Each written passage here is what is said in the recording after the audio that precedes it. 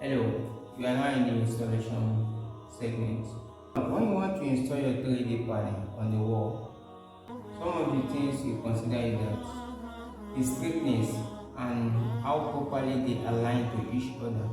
So for you to ensure that the plumb, so place the panel close to the wall, to the angle, place your plumb to ensure the straightness of it, and also to the above, then you mark it.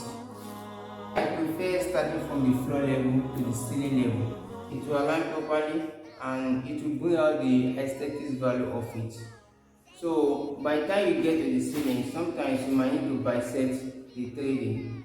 And 3D is a hollow, so with that, the ceiling is going